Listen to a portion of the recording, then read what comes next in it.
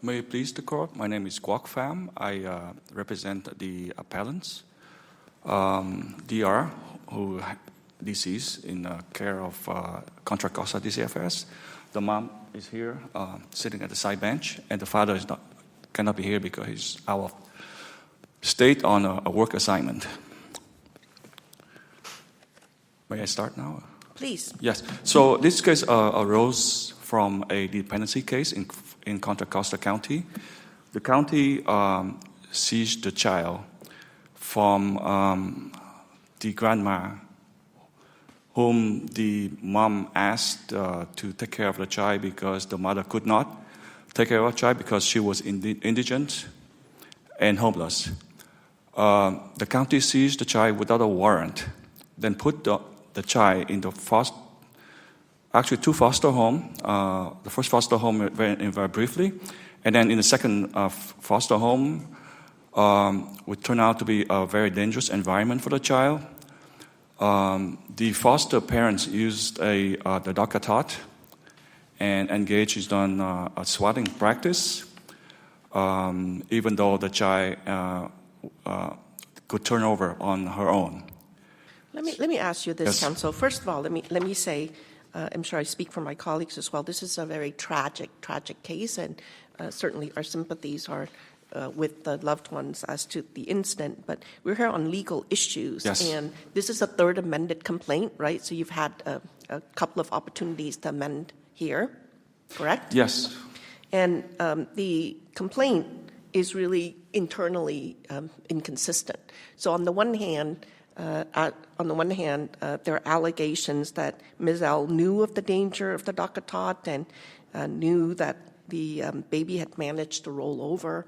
And I suppose the argument is that there's an indication that you put those facts together, that the danger would be known or anticipated to Ms. L, and that might lead to a deliberate indifference claim.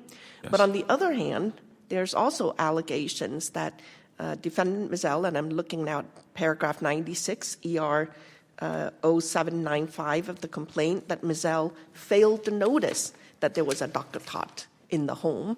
And there's also allegations that she could have noticed, not that she did notice. So what do we do with all of those internally inconsistent and very, very conclusory allegations in the complaint in light of the plausibility pleading standard under Twombly and Iqbal? Yes. I mentioned the underlying case because I think the court should know that it is very difficult to know what's going on what happens in the dependency court because of welfare institution code. I'm sorry, that it's very difficult to know. To figure out what's going on during the dependency case because everything is shrouded in secrecy and confidentiality. Okay, so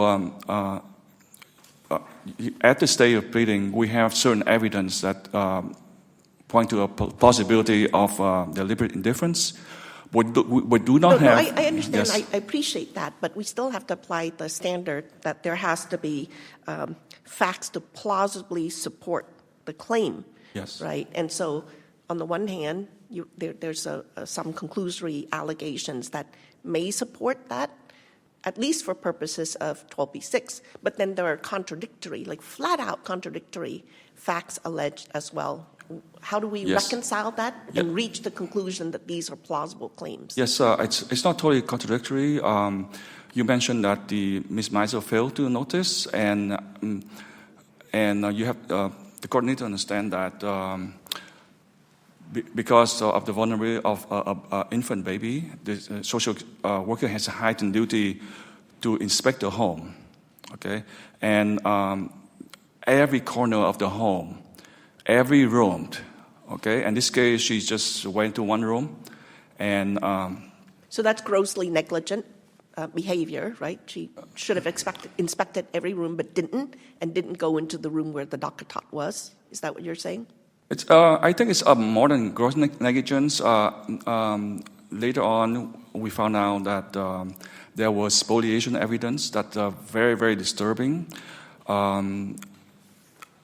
Of course, the defendants will never admit that they deliberately ignored the danger. But in this case, they went in and then modified the record for the first-time inspections, and we believe that it was very strange because usually the social worker it's like a medical record. Counsel, I want to follow up on Yes. Judge Nguyen's question, and I'm going to be asking the same question to your friend. And I'm going to highlight some of the same paragraphs that Judge Nguyen did. In paragraph 96, you say, Defendant Meisel, as the case social worker, failed to notice that Franich had a DockATot.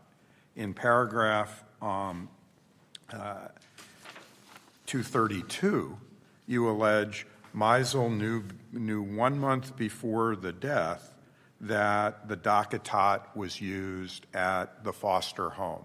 You're here as an officer of the court.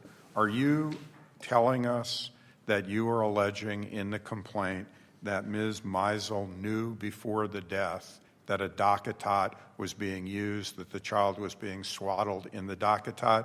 Or are you saying, no, she should have known, but she didn't? No, that's probably a mistake that the statement that she knew a month ahead of time, that the DockATot. We want to allege it, our intention to allege that about a month before the death, she knew that the baby was swaddled and could turn over. And that by itself indicates a danger. But she didn't know that there was a DockATot at the home? Or you don't have any information? I don't have any information at that time. And it took us quite a while to figure that one out. Yeah. And also say at paragraph 231, alternatively, Meisel knew of but recklessly disregarded the danger of the DockATot, of the tight swaddling of her unsupervised sleep in the DockATot while being swaddled tightly. So you seem to be alleging that Meisel knew that the baby was swaddled and was sleeping in the DockATot. Yes, that was speculation. Yeah, because it's speculation. From the we don't have the full picture. From the coroner report, we knew that the DockATot was involved. And from the report to the dependency court, we knew that swelling was all the time. So we put things together, and although she may or may not know the DockATot, I think we have evidence that point to that she knew of the DockATot, but the evidence was spoliated, or concealed, or covered up, or destroyed.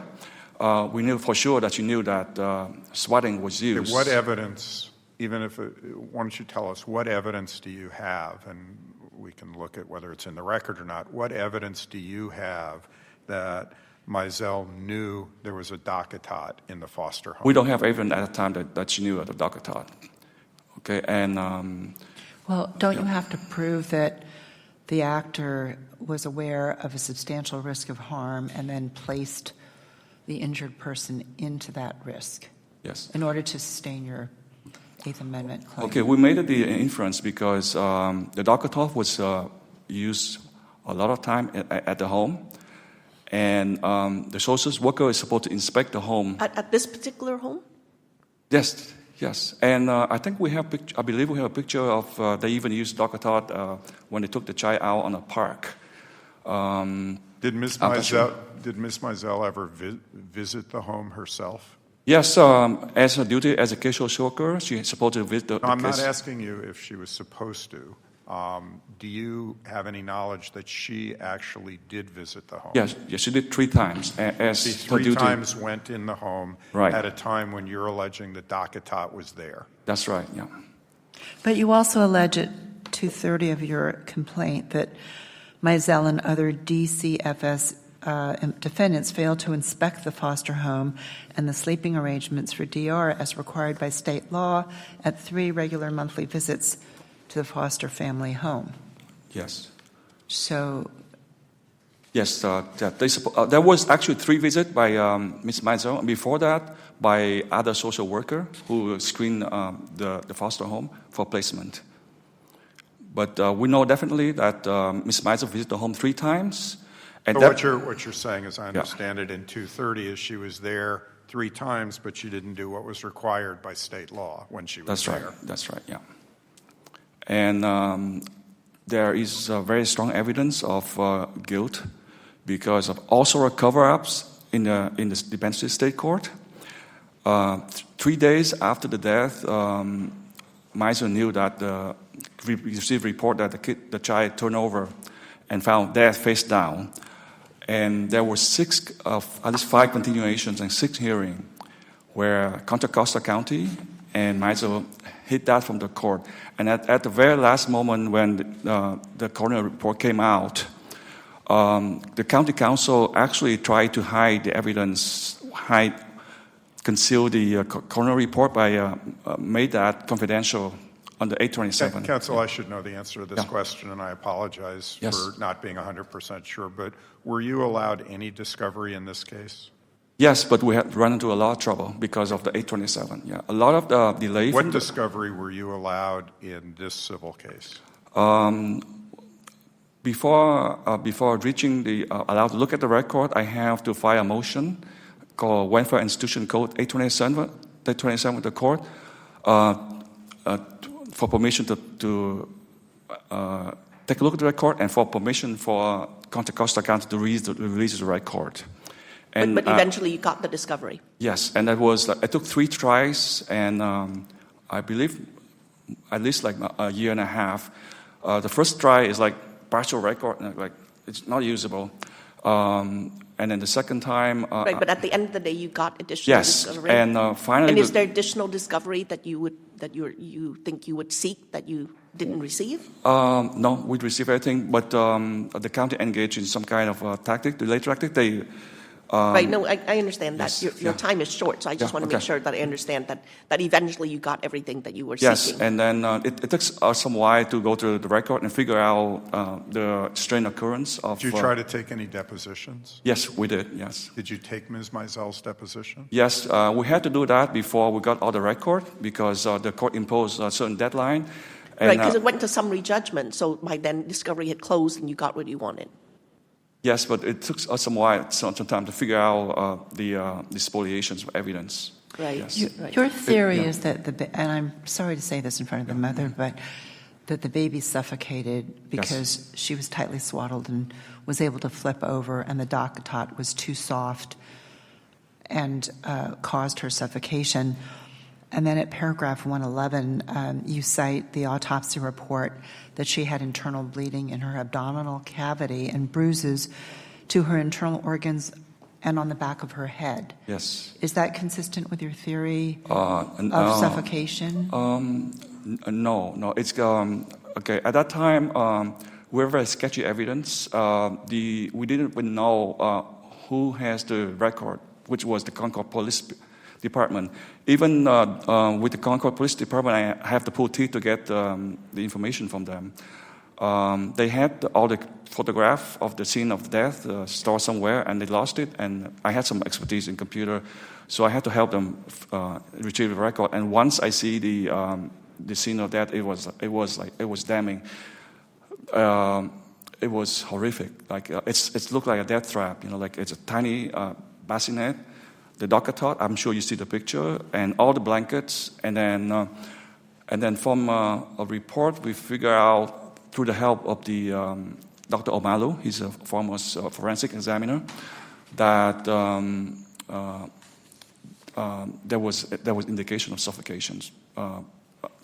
I'm sorry, I forgot to ask you, did you want to save any time for rebuttal? Yes, I have. If I save 5 minutes for the rebuttal, if I still have. All right. Yes. You've got a minute and a half or so, Yeah, okay. let's save that for rebuttal then.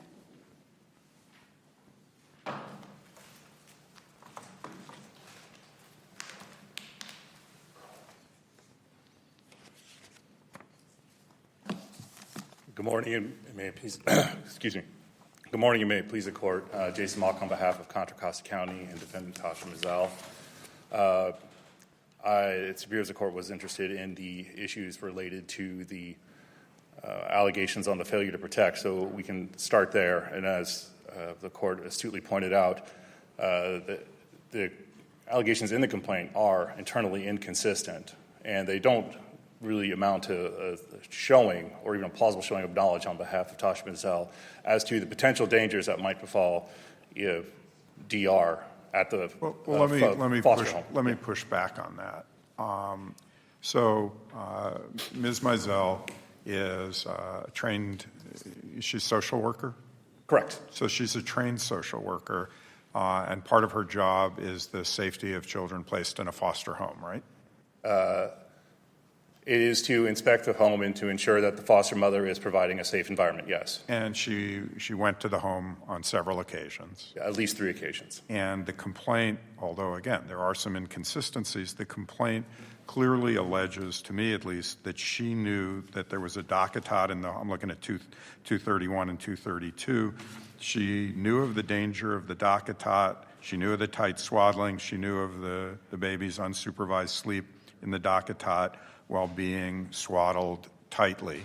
And she was in the home 3 times, and the DockATot was there, and there was publicity about the DockATot being unsafe that someone in her position might be expected to know. So why is all that conclusory for deliberate indifference of not doing anything about the baby sleeping in something that is known even by the manufacturer to be dangerous?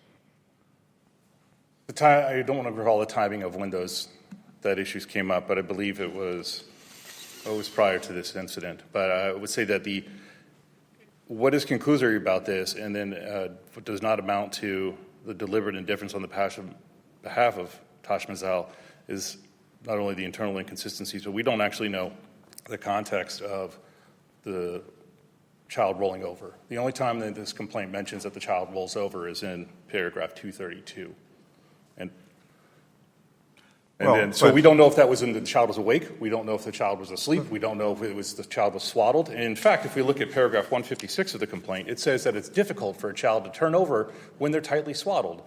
So if the child is tightly swaddled, it's difficult for them to turn over. Isn't it difficult for them to roll over and to suffocate inside the device? And then how are we supposed to put all that? But at this stage of the case, where this is on a motion to dismiss, right? Yeah. Aren't we required to construe the relevant complaint, in this case, if I have the number right, the 3rd amended complaint, in the light most favorable to the plaintiff? Isn't that what our case law requires? Now, we obviously have to look at Twombly and Iqbal, but don't we have to construe the complaint in the light most favorable to plaintiff? That's correct, Your Honor. We do have. So doing that, why isn't we know what the autopsy report said. There's a known danger out in the community from this instrumentality. We know the instrumentality was there. We know Ms. Mizell's a trained social worker, and we know she was there 3 times. And they've alleged that this is what caused the death.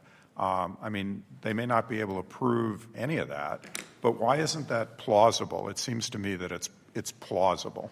Well, we have to look at the other allegations in the complaint, specifically paragraph 96, where she does not see the DockATot. Well, I'm sorry to interrupt you, but wouldn't we, on paragraph 96, in the light most favorable to plaintiff, couldn't we interpret paragraph 96 as being at that one time?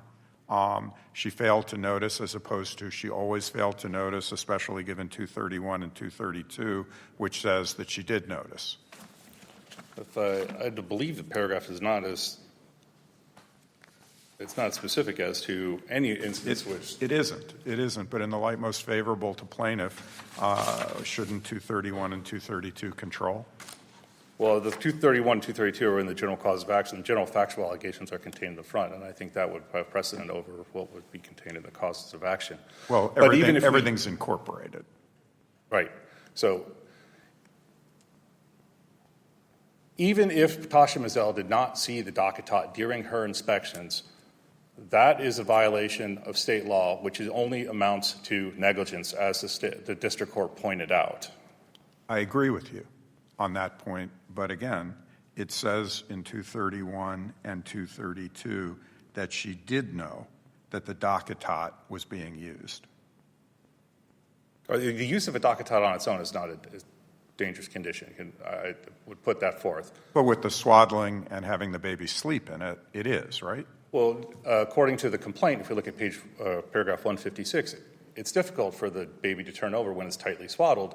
So is that create a danger if a tightly swaddled baby is sleeping in the DockATot? Is that the sort of objective risk of substantial harm that is required for pleading a deliberate indifference case against a social worker. Let me play this out procedurally just to make sure that I understand this. So now that discovery has been completed, because on other claims, discovery went forward, it's closed, summary judgment happened. So I'm not saying that we will do it, but if we were to remand the deliberate indifference claim as to the allegations on Ms. Mizell,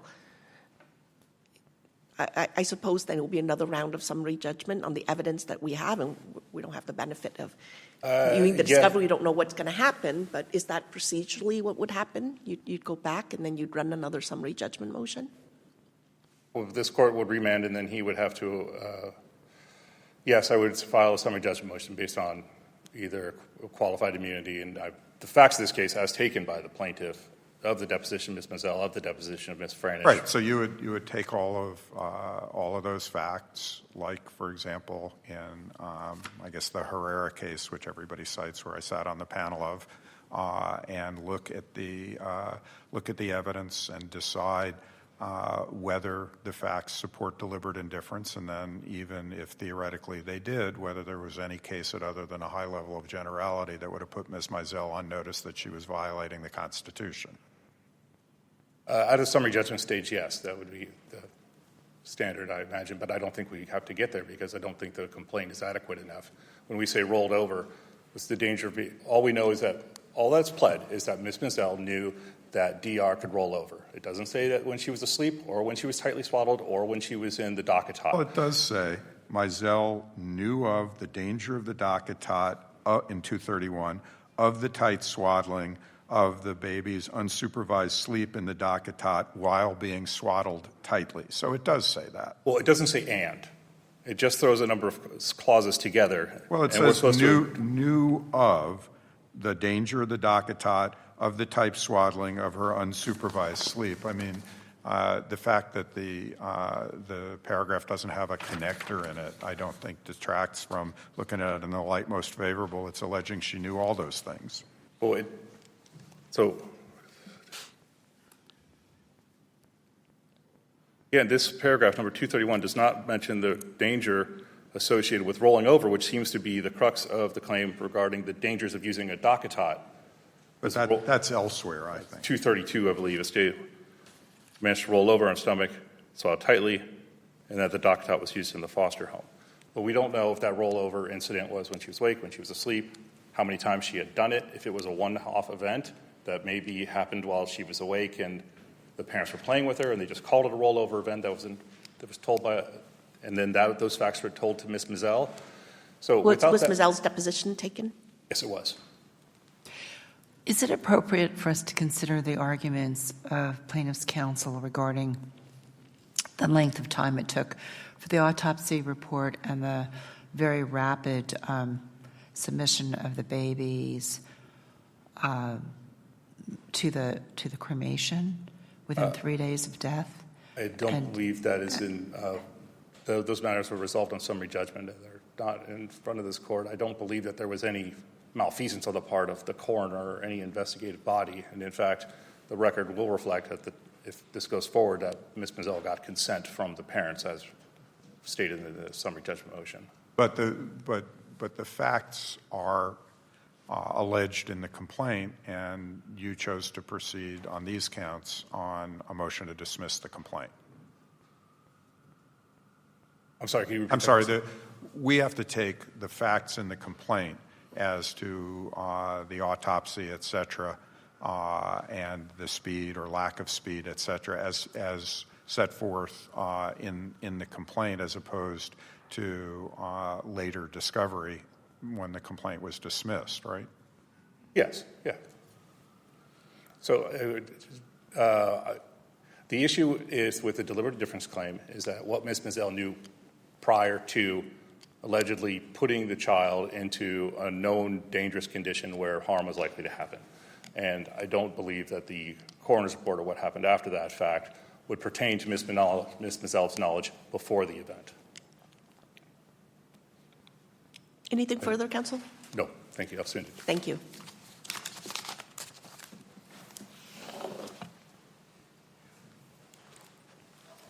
Yes, I would like to clarify the fact the child was found face down, and from the record, we found out that her leg got loose, and she was able to use the leg to flip over, and that is a danger of swelling when the child could turn over. In closing, I would like to draw the attention to the court that this is a very special case because of the 827 confidentiality and. Right, but it is a deliberate indifference Yes. claim, Yeah. and if I understand your responses today correctly, Yes. you don't have information that Yes. Ms. Mizell knew a DACA tot was at the home. Yes, the standard is She was I'm sorry. negligent, grossly negligent, perhaps, in not noticing that there was one, right? We plead an alternative because there's a good chance that she knew about it, but she didn't do anything about it. And evidence later shown that because of spoliation evidence and the standard practices that the social worker must visit every home. It is a standard practice. And she said it's only one home and she gave up on that. I think there's a strong indication of a perjury right there during depositions and also in one submission to the federal court in the summary judgment stage. Yeah. Right, but we're focusing on her knowledge because it's a claim of deliberate indifference. So Yes. it requires a certain level of knowledge. Yes. Yeah. All right, thank you. Do my colleagues have any additional questions? I want to make sure that all of their questions are answered in this difficult case. Yeah. It doesn't appear that we do. Thank you very much for your Thank you, Your argument. And thank you to the Deputy AG as well. The matter is submitted.